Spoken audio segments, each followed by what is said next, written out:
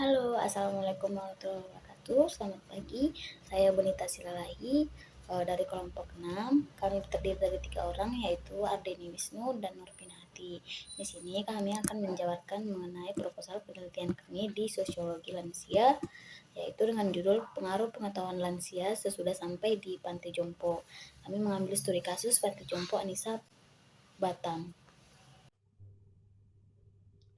Latar belakang dari usulan penelitian kami ini yaitu kita tahu bahwa lansia adalah seseorang yang telah mencapai usia lebih dari 60 tahun, dan seiring bertambahnya usia mungkin ada penyesuaian struktural yang merupakan sistem degeneratif atau pertukaran terlihat juga dalam perangkat muskuloskeletal dan berbagai jaringan yang berhubungan dengan risiko.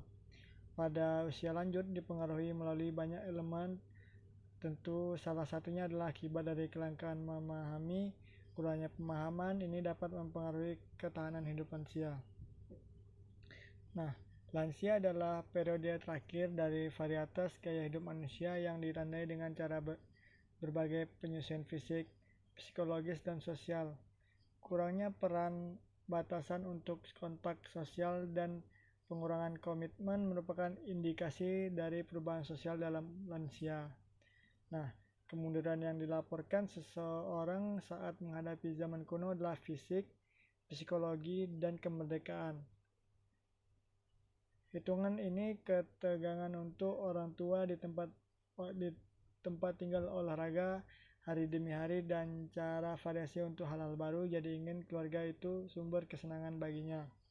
Nah, munculnya fenomena mengenai pemberdayaan lansia di panti jompo dengan adanya perubahan yang baik seperti peningkatan pengetahuan terhadap lansia untuk bertahan hidup ini menuai hal yang baik kepada panti asuhan ataupun panti jompo dan panti lansia. Seiring dengan bertambahnya usia muncullah berbagai perubahan akibat bertambahnya usia, termasuk penyesuaian dalam tubuh, mental, agama, dan psikologis yang sering berakhir stresor bagi lansia, mengurangi kapasitas beradaptasi dengan modifikasi yang mengkhawatirkan lingkungan, sering menyebabkan depresi pada lansia. Nah, kami ingin lansia yang bisa meningkatkan dirinya sehingga tercapai mental sehat. Keputusan dapat terjadi secara spontan atau sebagai tanggapan atas penyesuaian dalam gaya hidup seperti kemampuan fisik atau mental seperti yang ingin dibahas dalam proposal kami yang berjudul Perubahan Pengetahuan Lansia Sebelum Masuk ke Panti Jompo.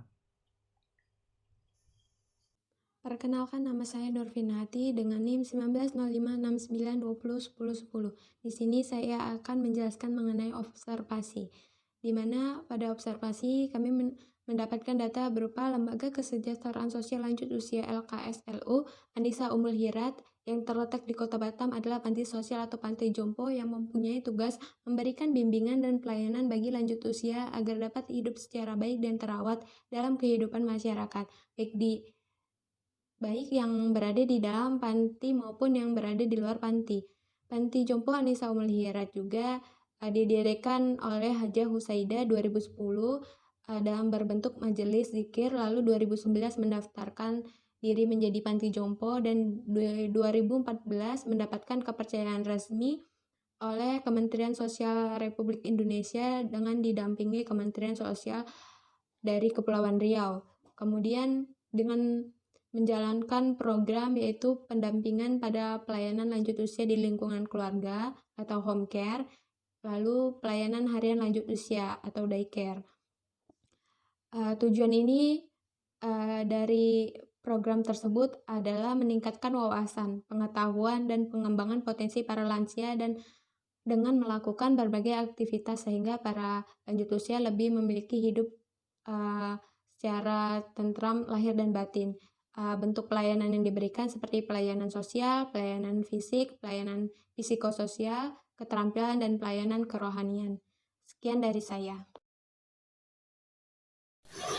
Setelah mendengarkan penjelasan dari rekan saya yaitu Ardeni dan Nurpinati, maka kami menarik rumusan masalah dari penelitian kami itu dengan bagaimana fenomena peningkatan pengetahuan lansia ketika masuk ke Pantai Jompo. Jadi kami ingin mengetahui mengenai tentang bagaimana fenomena yang terjadi ketika lansia yang masuk ke Pantai Jompo sebelum masuk dan sesudah masuk.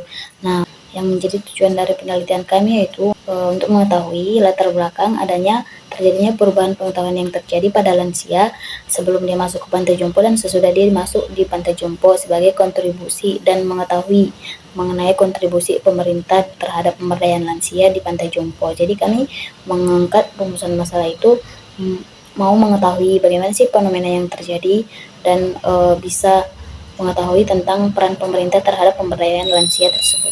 Manfaat teoritis.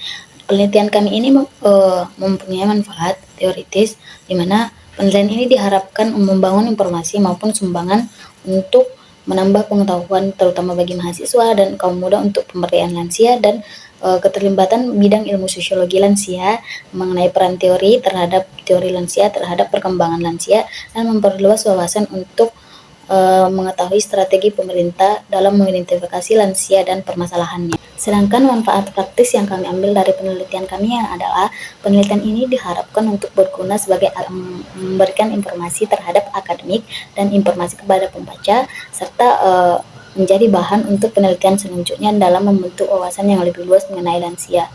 Sekian presentasi dari kami melalui konten digital sosiologi lansia dari Ibu Kasya Vera. Terima kasih.